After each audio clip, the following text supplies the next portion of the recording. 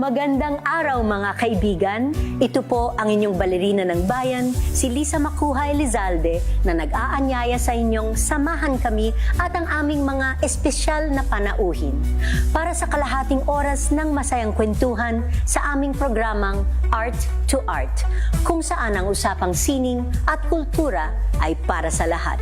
Huwag kaliligtaan, tuwing linggo, alas 3:30 ng hapon, dito lamang sa DZRH Radio, DZRH TV, at via online streaming.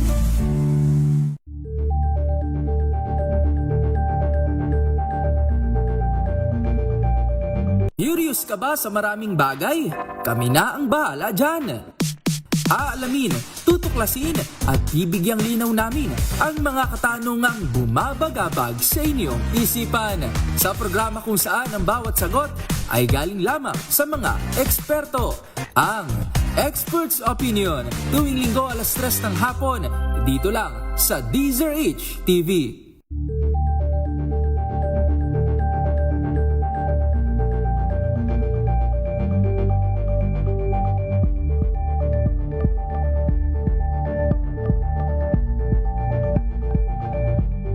We've got you covered. From the hottest hits, exclusive interviews, kilig to the bones fan meet experience, and hataw performances of your favorite stars. Saturdays, 12 noon, dito lang sa DZRH TV.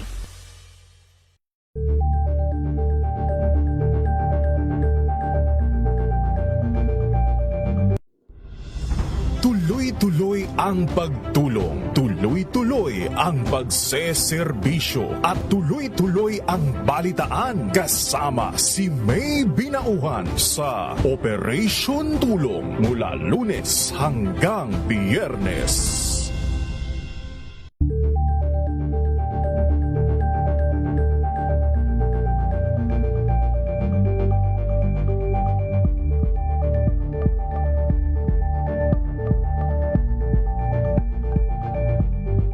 Maagang balitaan, maagang usapan sa mga issue at balita kasama si Kuya Angelo Palmones sa Magandang Umaga Pilipinas mula Lunes hanggang Biyernes.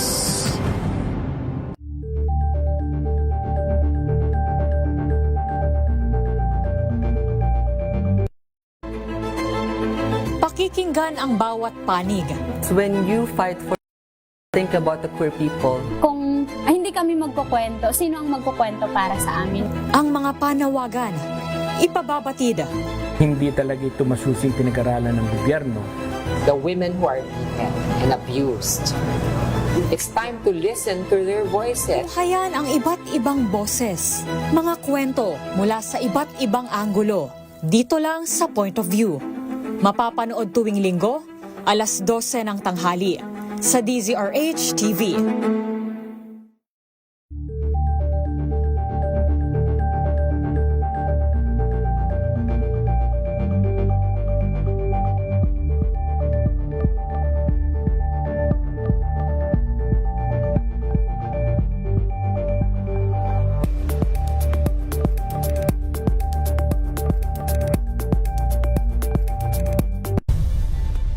Nagsimula sa pangarap hanggang sa maabot ang tagumpay. Iba't ibang kwento, iba't ibang mukha ng atletang Pilipino. Mas pinatindi, mas pinalakas, at mas pinaaksyon sa Match Point tuwing Sabado, 12:30 ng tanghali sa DZRH TV.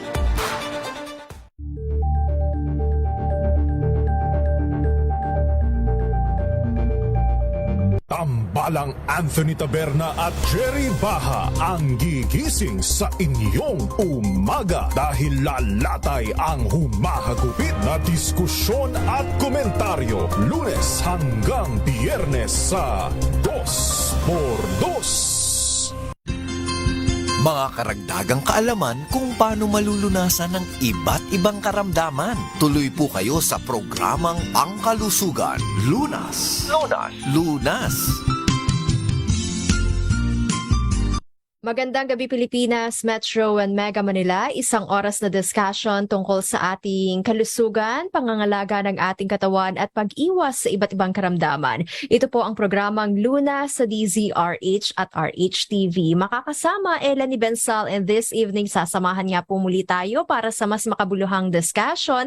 Walang iba kung hindi ang ating pinagkakatiwalaang internist at diabetologist na nagtapos sa UST College of Medicine. Siya rin po ay consultant sa De Los Santos Medical Center. I-welcome po natin Dr. Limuel Tocayaw. Good evening, Doc. Happy weekend. Good evening, Alay. Happy weekend din. And ganoon din po sa ating mga regular listeners or sumusubaybay online and other media channels at saka sa DCRH TV radio. Gandang gabi po. Yes, tayo nga rin po ngayon ay napapakinggan at nasusubaybayan sa iba't ibang cable providers at syempre sa ating Facebook page na DZRH News, gayon rin nga po sa ating FB page na Luna sa DZRH at Radyo Natin FM. Ngayong gabing ito, Doc, pag-usapan natin diabetic kidney disease. Paano, Doc, nangyayari na naapektuhan rin po ang ating bato o kidney kapag tayo ay may diabetes? Yes, Eli. Very common ang diabetes complications. At in fact, sabi nga nila sa mga expert, 1 in 4 diabetic patients have chronic kidney disease. Ngayon, ang CKD kasi is ang bato natin, napakahalaga yan sa ating katawan. Na minsan na overlook or napapabayaan natin. Dahil bato nga akala natin matibay, pero hindi naman katulad ng ating si General Bato na matikas. Matikas. Pag mahina-hina ang kung di mo alagaan ng kidney ang bato, pwedeng bumigayan, at lalo na sa mga pasyenteng may diabetes, high blood, may mga sakit sa bato like kidney stone, yung mga may lupus, may mga glomerulonephritis at saka infection. Those are high risk factors, and nangunguna din yung diabetes. At yan ang mga major diabetes at high blood na yan, yung dalawa. Opo. Ang nangungunang dahilan kung bakit marami sa ating mga diabetic patient ay may chronic kidney disease. Pero gaano kabilis, Doc, na maaapektuhan yung ating kidney o bato kapag tayo ay na-diagnose na may diabetes? Well, ang naman yan, hindi naman immediately kakaroon ka ng komplikasyon sa bato. It will take over a period of time. Iba may 5 taon, iba 10 taon. Oo. Yung other factors have to be considered also, yung edad, at saka length of time na may diabetes ka, at saka yung edad mo, medyo matanda, siyempre, andyan yung tumataas ang risk factor. Pag matagal ka ng diabetes, andyan yung mataas ang risk na magkaroon ng kidney disease. Totoo ba, Doc? Lalo na kung hindi lang diabetes, kundi meron ka pang hypertension. Yung dalawang yan, pag nagkasabay yan, talagang madali kang kapitan ng chronic kidney disease. Yes. Pero totoo ba, Doc, na kapag nga po dahil sa iniinom nilang maintenance medicine, nasisira yung kanilang kidney o bato?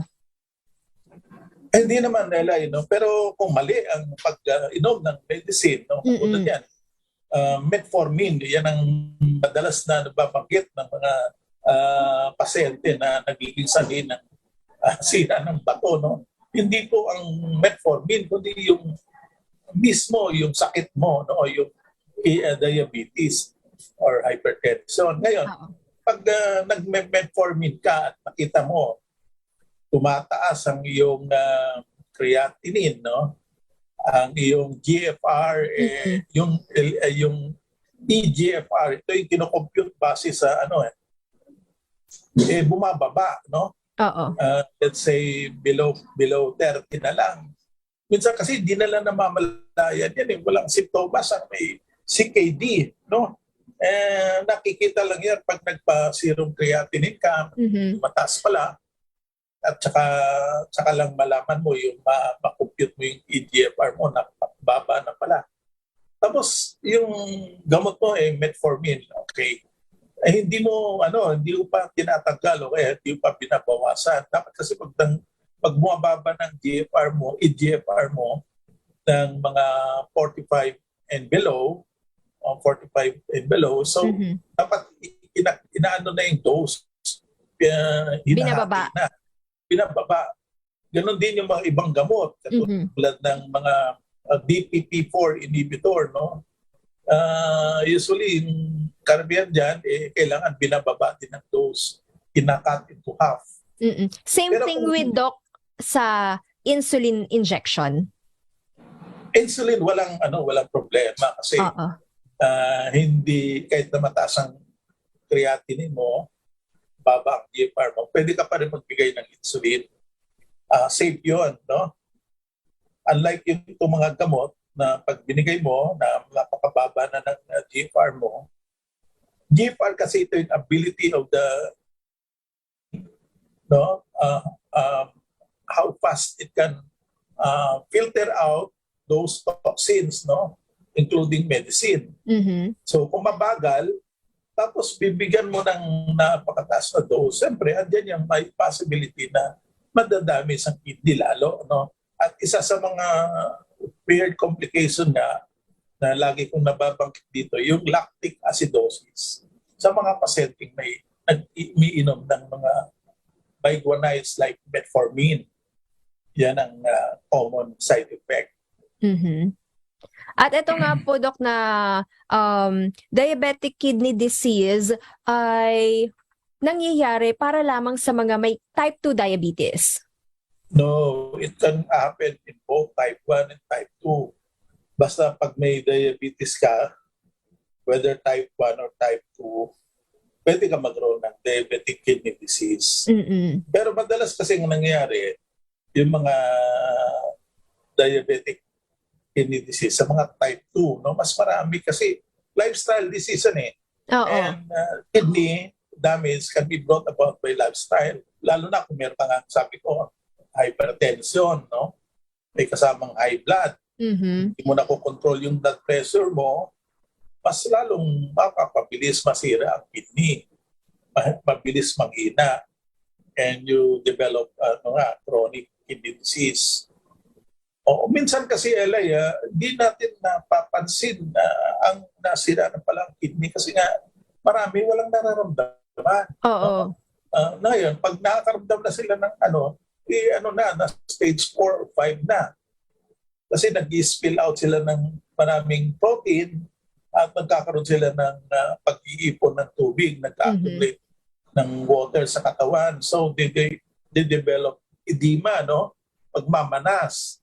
Pangalawa, kanilang presyon tumataas, lalong hirap kontrolin, no? Dati nakokontrol ng dalawang klaseng gamot o combination, hindi na. It's really high. Kasi alam mo, yung kidney na yan, mahalaga yan may role yan sa pag-control ng blood pressure because of its hormone, renin, no? Component ng kidney yan na nagpupuntos ng renin. Hindi lang yan, pati yung erythropoietin at saka yung sa tinatawag nilang vitamin D, calcium balance. So if this like erythropoietin, hindi na masyadong nagpupuntos ng erythropoietin, pag-develop ang pasyente ng anemia, no? Pamumutla. Kaya mapansin mo kanilang hemoglobin mababa, hematocrit. Kasi kulang sila sa hormone erythropoietin na manufacture ng red blood cells. Okay, Doc. Alamin naman po natin kung papaano nga naman po ba maiiwasan yung pagkakaroon ng kidney disease kung ikaw ay may diabetes. Sa ating pagbabalik dito pa rin po sa programang Lunas sa DZRH at RH-TV, ang programang ito ay hatid sa inyo ng Nature C. Ang Nature C ay may sangkap na calcium ascorbate, zinc, glycine max, at higit sa lahat, moringa o malunggay.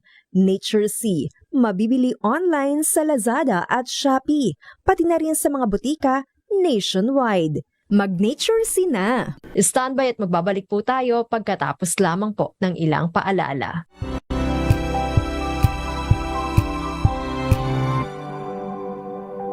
Hello, Washi! Laundry day na naman! Yay! Anong meron? Mancha ng chocolate, putik, may libag pa! Kaya natin yan! With Pride Washing Machine Detergent, may triple stain-away formula. Tanggal ang makapit, madikit, at malupit na dumit mancha. Kaya easy-easy ang labada. Mula noon hanggang ngayon! All you need is pride. All you need is pride. ACS.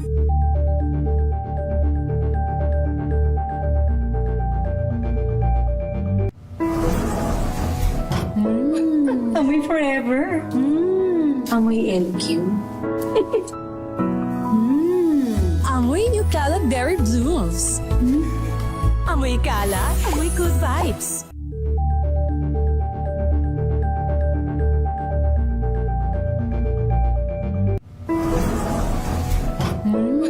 Amoy forever!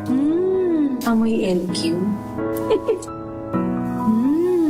Amoy New Cala Berry Blooms!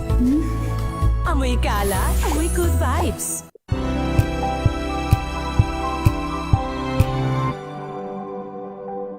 Ito ay bunsod ng naitalang 17 individual na ang kanilang naaresto. Ng Metro Manila Development Authority o MMDA ang No Contact Apprehension Policy o NCAP sa Metro Manila. Sa ang ilang mga dokumento ay peke. Hindi rin legal ang employment na ipinangako sa kanila. Sa mata ng batas, mananagot ang sangkot at may sala. Dahil sa bawat paglabag, may karampatang parusa. Alamin ang mga pananagutan sa likod ng mga bawal. Dito sa Hoy! Bawal Yan! Tuwing Sabado, alas 11:30 ng umaga. Dito lang sa DZRH TV.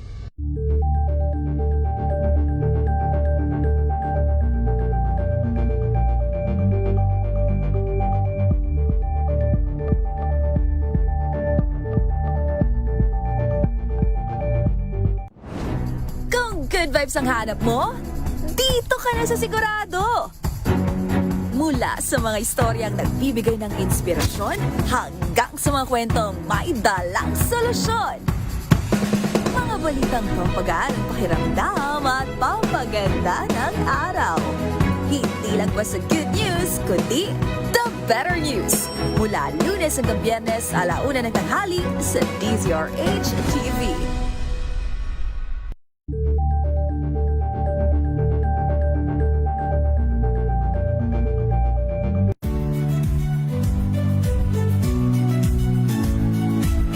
Magandang araw mga kaibigan. Ito po ang inyong balerina ng bayan, si Lisa Makuhay Lizalde, na nag-aanyaya sa inyong samahan kami at ang aming mga espesyal na panauhin para sa kalahating oras ng masayang kwentuhan sa aming programang Art to Art, kung saan ang usapang sining at kultura ay para sa lahat.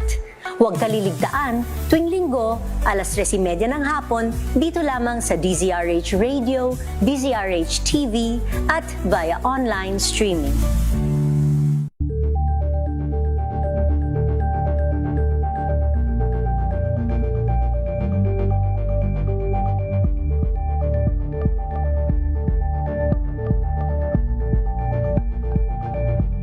Curious ka ba sa maraming bagay?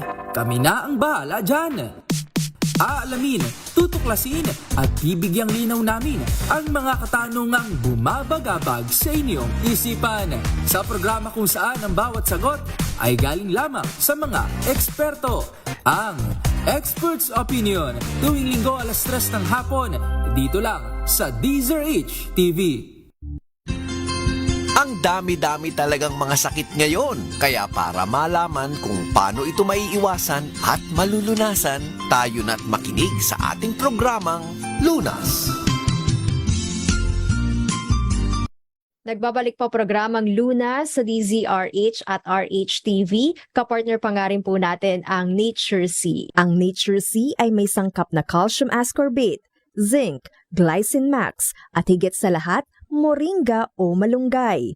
Nature C, mabibili online sa Lazada at Shopee, pati na rin sa mga butika nationwide. Mag-Nature C na! Mahalagang paalala nga rin po, ang Nature C ay hindi gamot at hindi maaaring gamiting panggamot sa anumang uri ng sakit. Sa pagpapatuloy po, Dok, ng ating discussion, diabetic kidney disease ang ating topic. Naiwan nating katanungan kung ito ba, Dok, na sakit na ito ay maiiwasan kahit na ikaw ay na-diagnose na may diabetes. Kumbaga, maaari bang hindi maapektuhan yung ating kidney, Dok? Yes, magandang tanong. Kasi, alam mo, ang diabetic kidney disease, although it can be directly attributed to diabetes, no? That can cause, it's a complication of chronic kidney disease.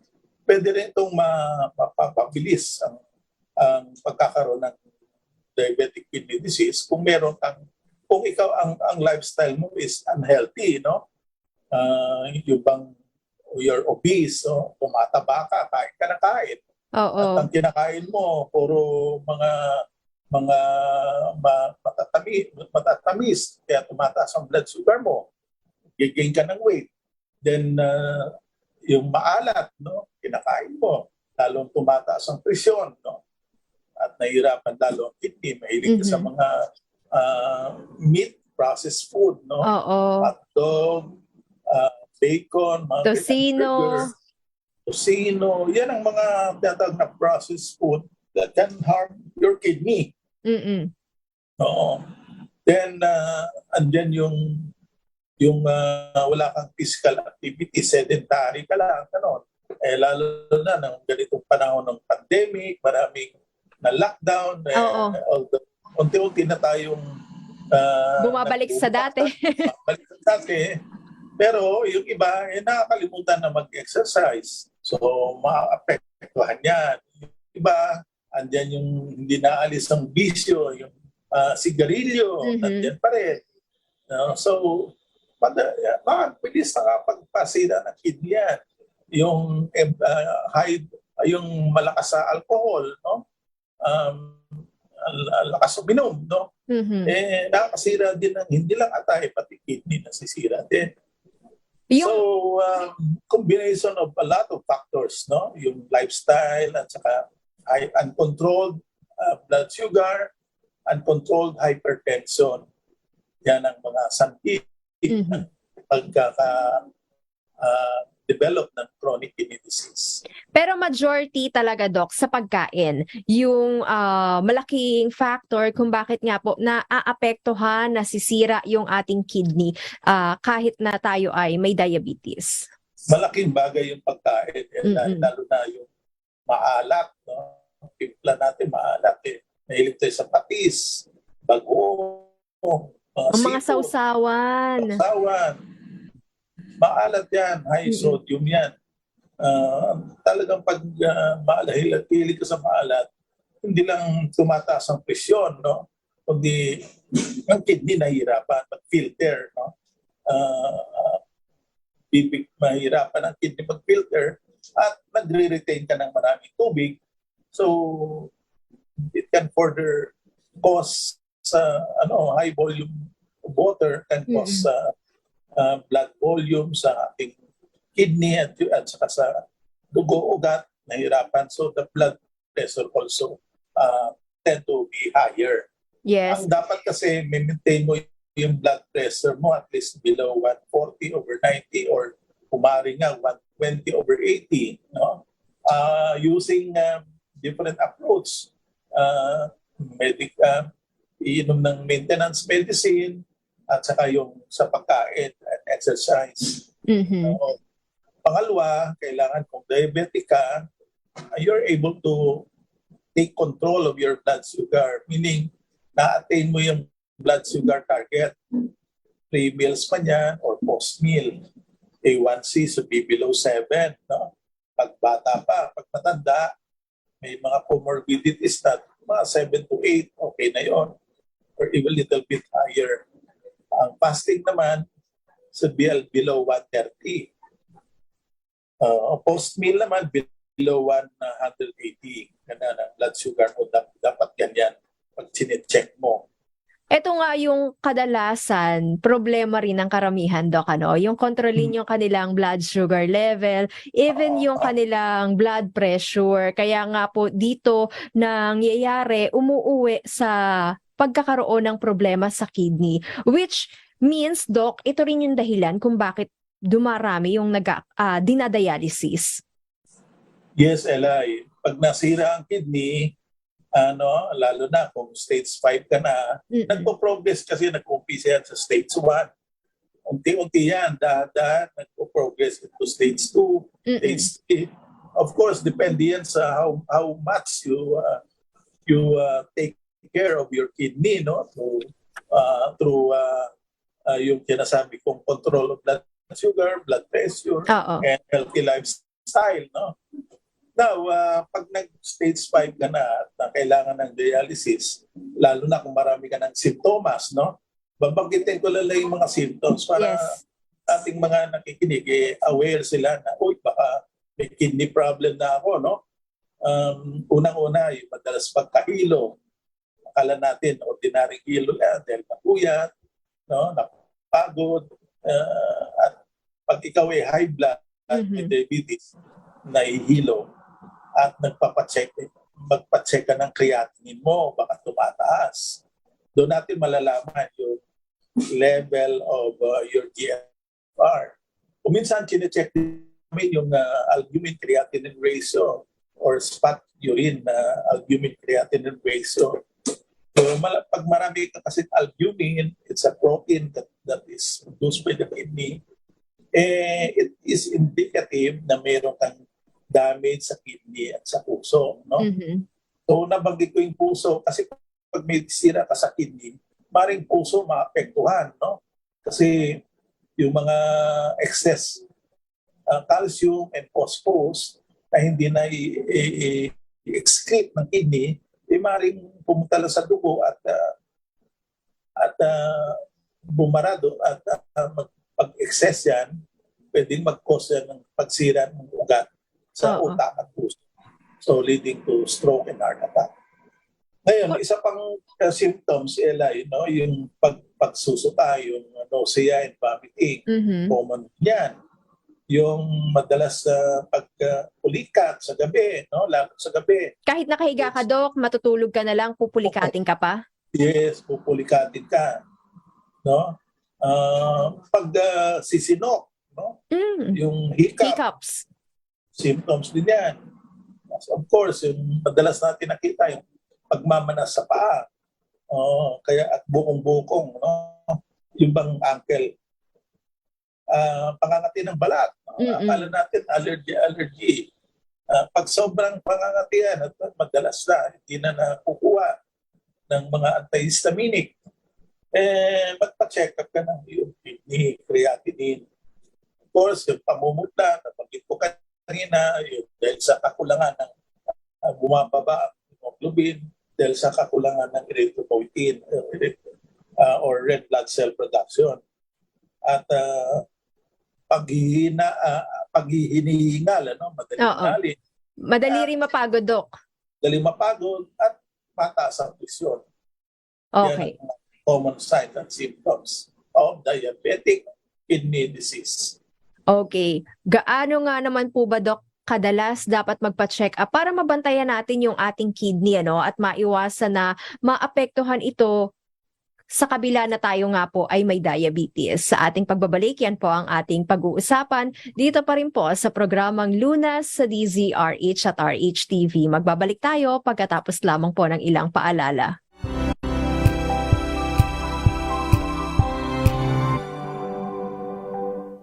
Maulan man, no worries na amoy kulob ang damit. Charm Fabcon, bangong kumakabloom, tanggal amoy kulob sa bango ng Charm. Kaya gamit ko, Charm Fabcon with Bloom Fresh technology. Kills 99.9% of kulob-causing bacteria.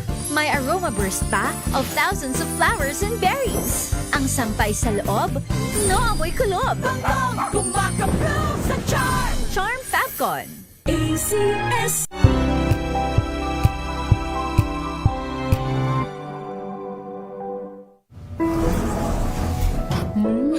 Amoy forever. Amoy LQ.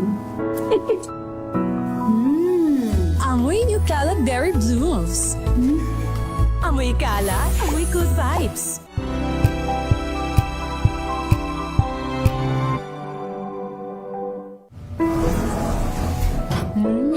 Amoy forever.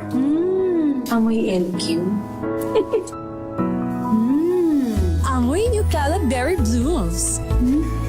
Amoy kalat, amoy good vibes.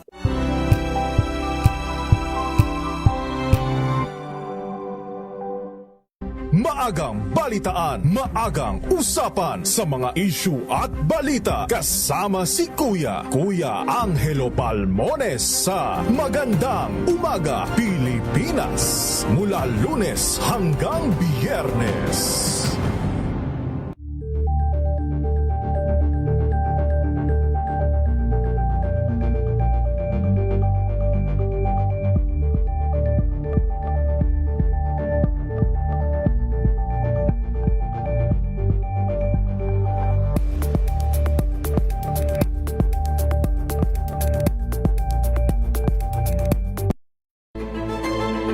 Pakikinggan ang bawat panig.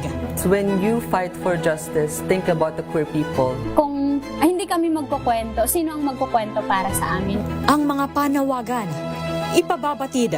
Hindi talaga ito masusing pinag-aralan ng gobyerno. The women who are beaten and abused. It's time to listen to their voices. Tunghayan ang iba't ibang boses, mga kwento mula sa iba't ibang anggulo. Dito lang sa Point of View. Mapapanood tuwing linggo, alas 12 ng tanghali sa DZRH TV.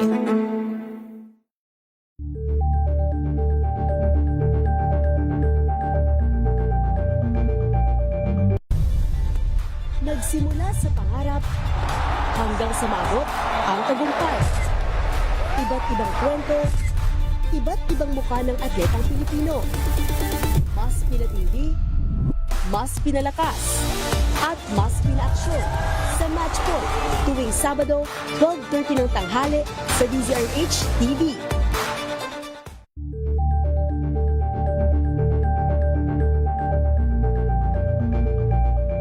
Tambalang Anthony Taberna at Jerry Baha ang gigising sa inyong umaga dahil lalatay ang humahagupit na diskusyon at komentaryo Lunes hanggang Biyernes sa 2x2.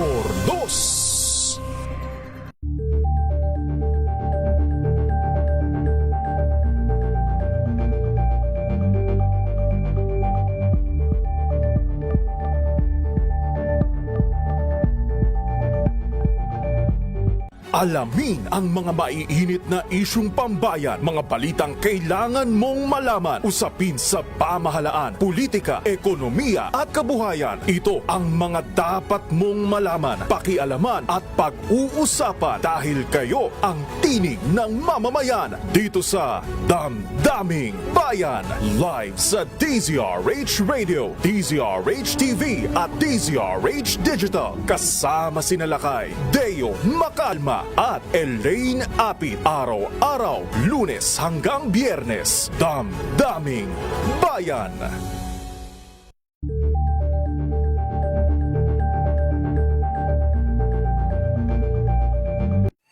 Mga balitang gigising sa inyong umaga. Mga balitang kailangan mong malaman. Mapapakinggan sa ACS Balita sa 2x2. Kasama sina Anthony Taberna at Jerry Baha. Lunes hanggang Biyernes.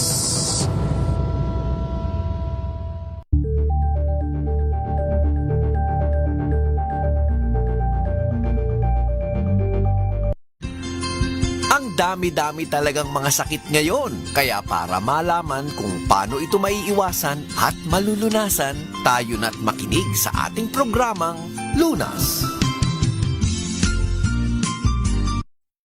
Nagbabalik po third part ng ating discussion dito pa rin po sa programang Lunas sa DZRH at RH-TV. Ang programang ito ay hatid pa nga rin po sa atin ng Nature C.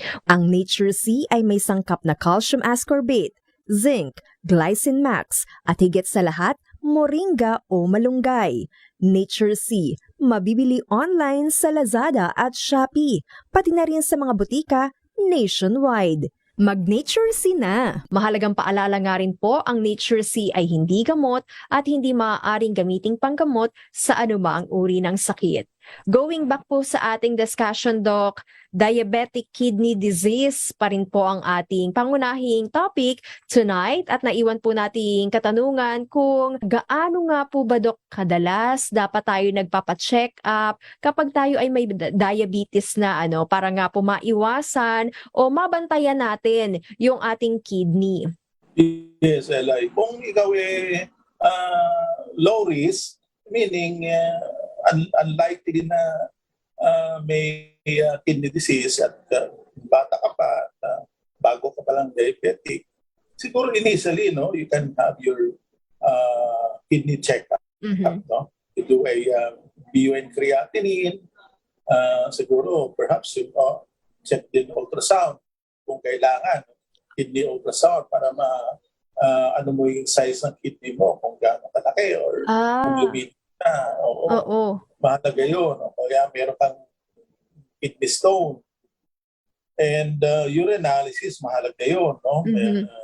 Initially. Then, kung merong suspect na meron kang, let's say, ang creatinine mo, borderline, medyo mataas, you repeat it every 2 to 3 months, 3 to 4 months. Ganon, para ma-assess mo yung progress, no? Ngayon, kung meron kang sinecheck mo rin yung albumin creatinine ratio or yung GFR mo, unti-unting bumababa from 690, naging 60 na lang. Meaning, nagpo-progress yung ang kidney stages of kidney disease. Nagpo-progress. So, kailangan mas dadalasan mo yung monitoring. Every 3 to 4 months, you do a BUN creatinine. In fact, ngayon, sinasama na yung potassium and yung yung phosphorus. Okay. Kaya calcium. Kaya sinasabi ko ang phosphorus, kasi ito yung phosphorus. Sinasabi ko kanina na pag mataas yan, magkakaroon ka ng, pwede maapektuhan yung puso. No? Magde-develop ka ng heart disease, coronary heart disease, or even heart failure dahil sa arrhythmia. And it can also lead to a brittle bone kasi yung calcium lumalabas sa buto, kundi pumapasok sa dugo. Nasa dugo lang. At ang nangyayari niyan, humina ang ating buto. Pwede ka magkaroon ng fracture. At ang ugat naman, pwede magkaroon ng sira, pagbabara. So, yan ang delikado dyan. So, kailangan minomonitor yan. At kung may mataas ang phosphorus, binibigyan ng mga phosphate binder. At kung mataas ang creatinine mo naman, ngayon, ang binibigay ng mga doktor, and nephrologists and internists, itong keto analogs and protein. At huwag hayaang tumaas ang blood sugar, blood pressure, at kailangan yung bibigyan ka ng mga yung tinatawag nilang renin angiotensin medications para ma-control ang too much spillage of protein. Okay. Pero Doc, lahat ba ng nagkakaroon ng problema sa kidney at the same time may diabetes ay dinadialysis? Yun lang po ba talaga yung pantugon or sabihin nating remedy para sa kanilang health condition? Well, ultimately kasi yan ang means of removing excessive toxins, ano? Kasi kung masadong maraming toxins that accumulate in the blood. And it can already a life-threatening condition kasi nga tumataas ang potassium mo, nagkakaroon ka na ng pagkaroon ng tubig sa baga, pleural effusion, nagkakaroon ka na ng congestive heart failure, at maaaring pwede mo ikamatay, no? It can cause sudden death. Oo. Ano na kasi yun eh, you need to undergo dialysis. And usually, they do hemodialysis, no? Pero kailan lagyan ka muna ng fistula. And also, peritoneal dialysis, which can be done at home. Ngayon, kung candidate ka for yung tinatawag na, yung kidney replacement or kidney transplant, of course, they will recommend that. Pero, din yun, no? Napaka-expensive, and you have to find a right donor. Okay. At sa ganitong pagkakataon, Doc, ano na po yung irereseta nilang gamot din, no? Para nga po sa ganitong kalagayan?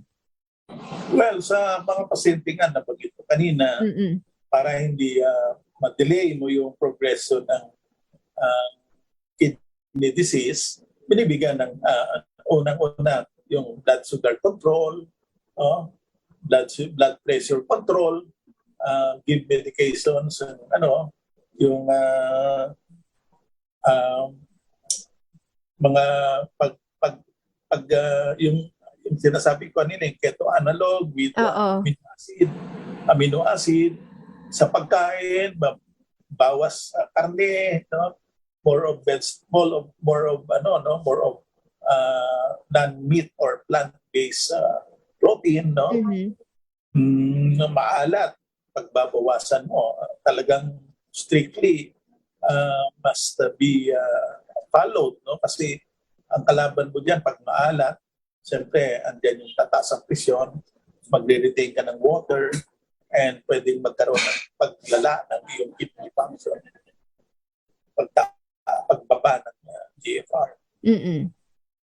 Okay. Alamin naman natin, Doc, kung ito nga po bang diabetic kidney disease ay reversible sa ating pagbabalik. Yan po ang ating tututukan dito pa rin po sa programang Luna sa DZRH at RHTV. Magbabalik po tayo pagkatapos lamang po ng ilang paalala.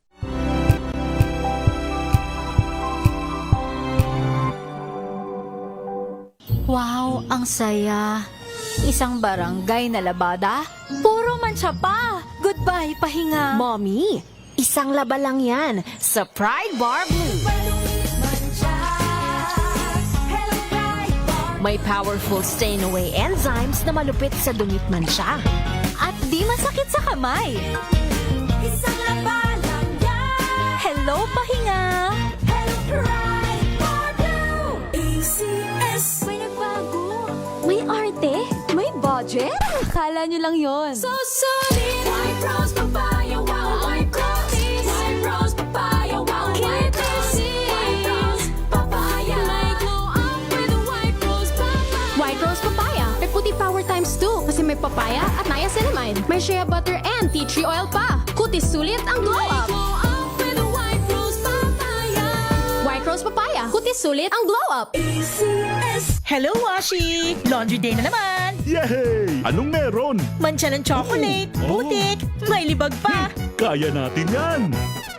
With Pride Washing Machine Detergent, may triple stain-away formula. Tanggal ang makapit, madikit, at malupit na dumit mancha. Kaya easy-easy ang labada. Mula noon hanggang ngayon! All you need is pride. All you need is pride. ACS.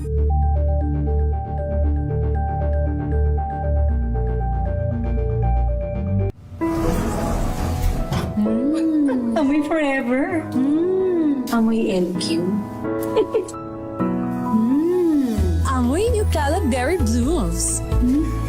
Amoy kalat, amoy good vibes. Tinesting. Sinuri. Siniyasan.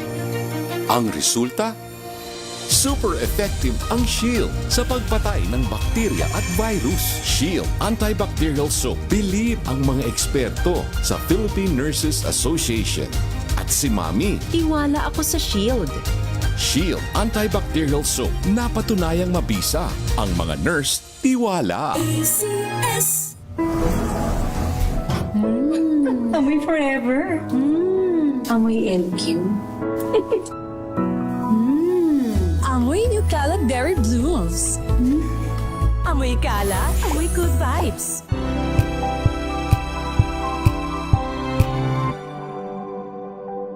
Curious ka ba sa maraming bagay? Kami na ang bahala dyan. Aalamin, tutuklasin at bibigyang linaw namin ang mga katanungang bumabagabag sa inyong isipan. Sa programa kung saan ang bawat sagot ay galing lamang sa mga eksperto. Ang Expert's Opinion, tuwing linggo 3:00 ng hapon, dito lang sa DZRH TV.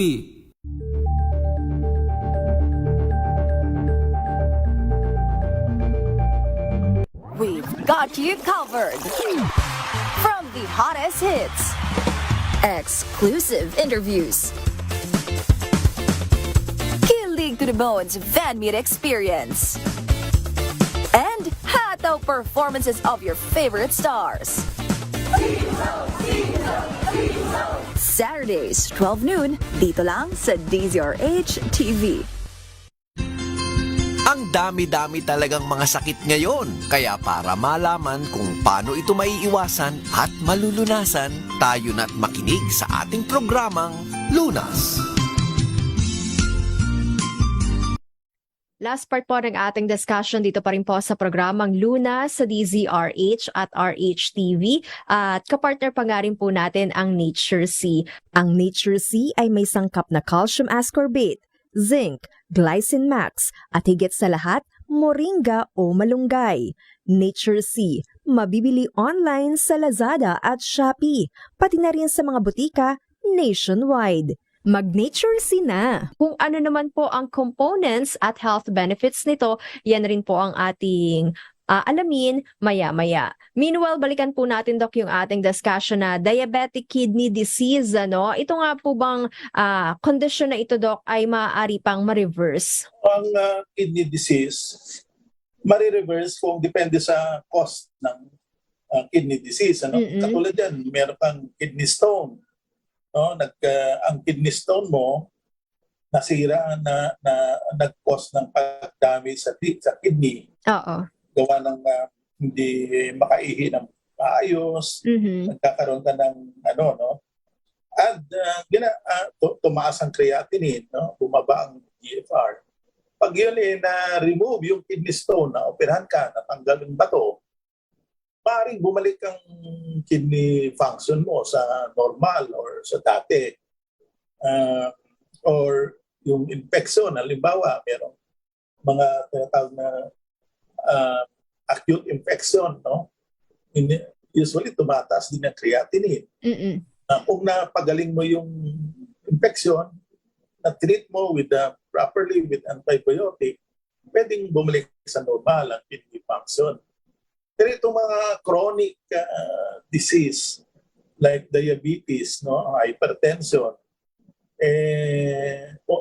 patagal na diyan yan na nag-cause ng pagsira ng kidney unti-unti, maaaring irreversible na yan. Hindi na yan talaga hindi mo na ma-recover yung kidney pag once na totally nasira na yan due to diabetes. Kasi it's a chronic problem that causes it. So, it can no longer be reversed. So, the only solution is really kidney transplant.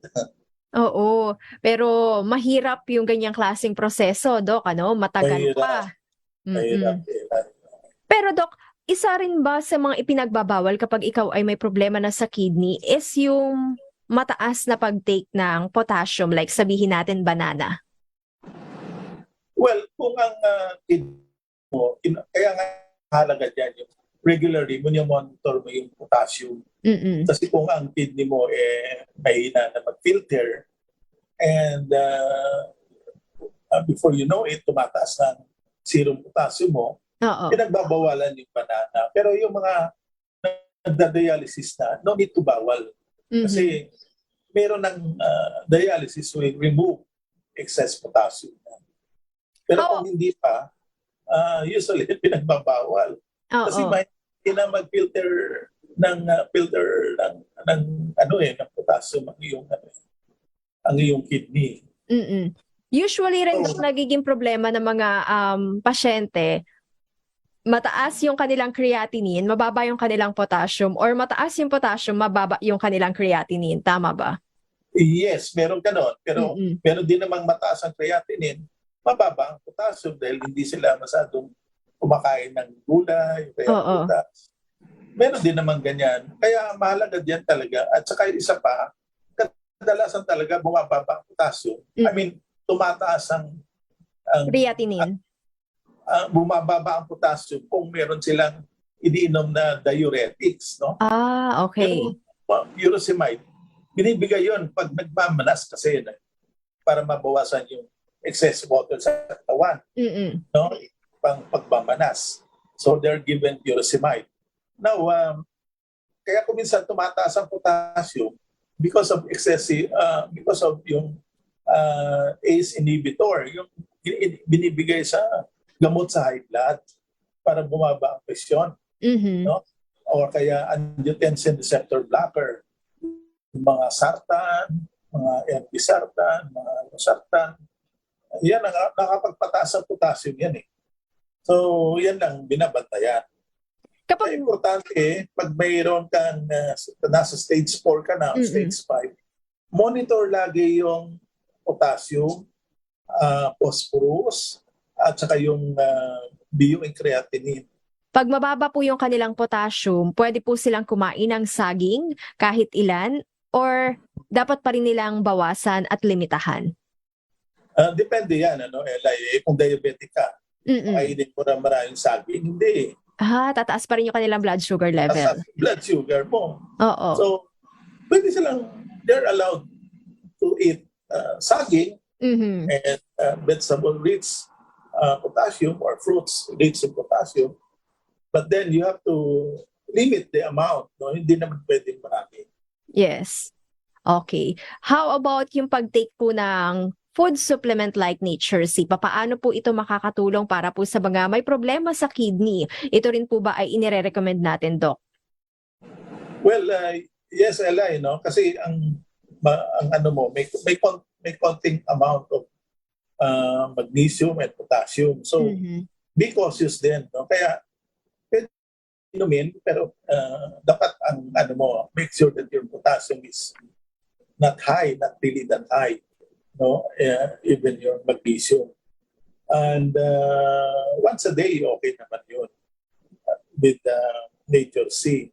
Ang kagandahan lang kasi pag binibigyan mo ng mga antioxidant or mga food supplement rich in antioxidant, binuboost mo yung immune system. So, most of these patients with diabetic kidney disease, especially stage 4 and stage 5, have a very poor immune system.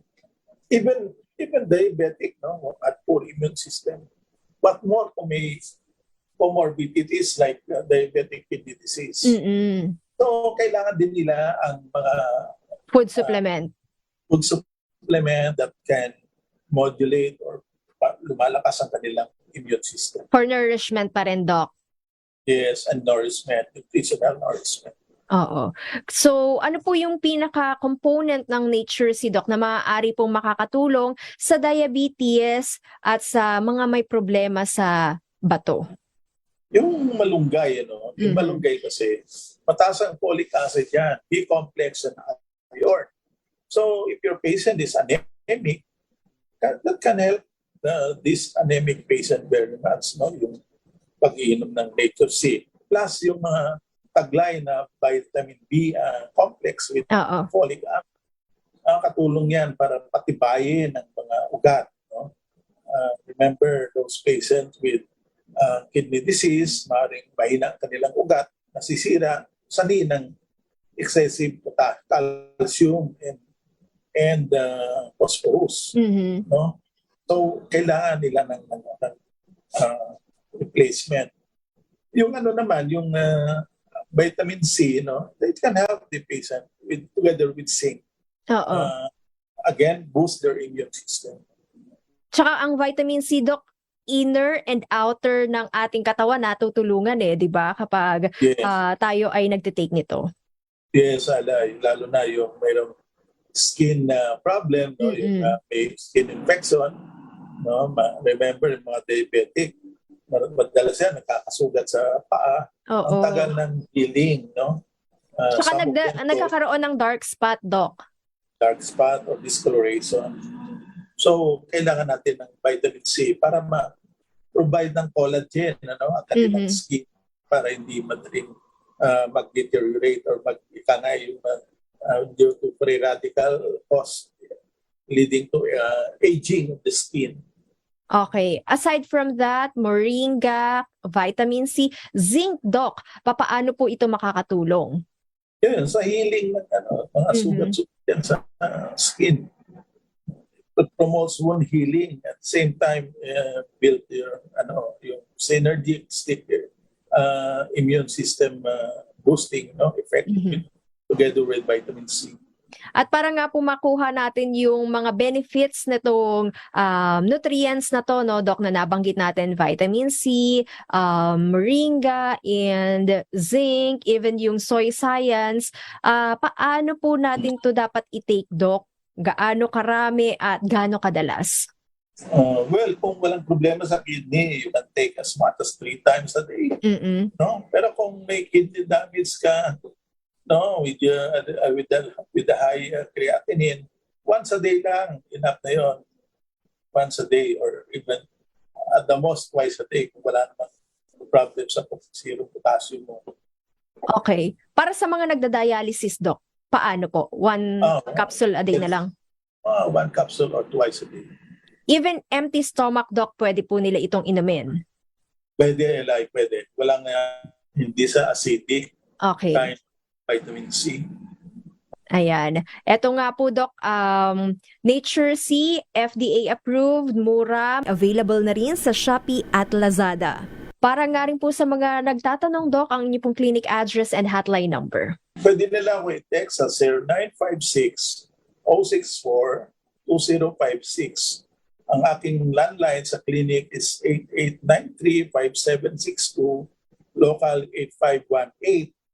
Now, every day, Monday to Saturday, nag-hold ako ng clinic dito sa De Los Santos Medical Center, room 518 Medical Arts Building, E. Rodriguez Boulevard, Quezon City, from Monday to Saturday, 10 to 2, Monday to Saturday. Yes, thank you so much, Dr. Limuel Tocayo, and keep safe always. Thank you, Rela. Good night. God bless. Maraming salamat rin po, Luzon, Visayas at Mindanao. Inyo rin pong nakasama Elanie Bensal at nagpapaalala na ugaliin pong magpa-check up para nga po mabantayan ang inyong blood sugar level. Gayon rin po ang kalagayan po ng inyong kidney o bato. Magkarinigan tayo hanggang sa susunod dito lamang po sa programang Lunas sa DZRH at RHTV. Mga kalunas, tandaan, bawat karamdaman ay kayang lunasan. At para madagdagan pa ang kaalaman, manatili pa ring nakikinig dahil ang Lunas may extension na sa ilang saglit. Lunas Extension.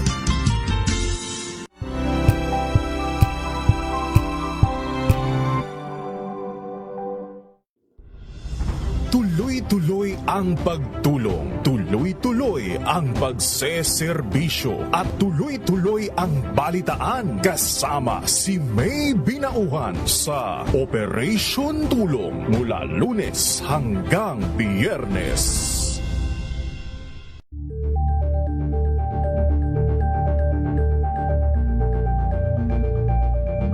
Maagang balitaan, maagang usapan sa mga issue at balita kasama si Kuya Angelo Palmones sa Magandang Umaga Pilipinas mula Lunes hanggang Biyernes.